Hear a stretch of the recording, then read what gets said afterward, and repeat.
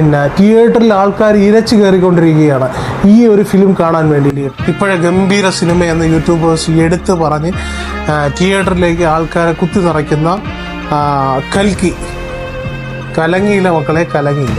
ഇതിനെക്കുറിച്ച് പറയുകയാണെങ്കിൽ Sony, Samsung അതുപോലെ തന്നെ ബ്രാൻഡഡ് ആയിട്ടുള്ള ടി വികളിൽ 4K ക്ലാരിറ്റി കാണിക്കാൻ വേണ്ടിയിട്ട് പിന്നെ നമ്മളൊരു സാമ്പിൾ വീഡിയോ ഇടുമല്ലോ, അതുപോലത്തെ ഒരു സംഭവമായിട്ട് മാത്രം കണ്ടാൽ ടെക്നിക്കലി ടു ഗുഡ്. ഒരു ഫിലിമിൻ്റെ യഥാർത്ഥ റിവ്യൂവും ഒപ്പീനിയനൊക്കെ വരണമെങ്കിൽ അത് OTT റിലീസ് ആകുമ്പോഴാണ് കറക്റ്റ് റെസ്പോൺസ് വരണം.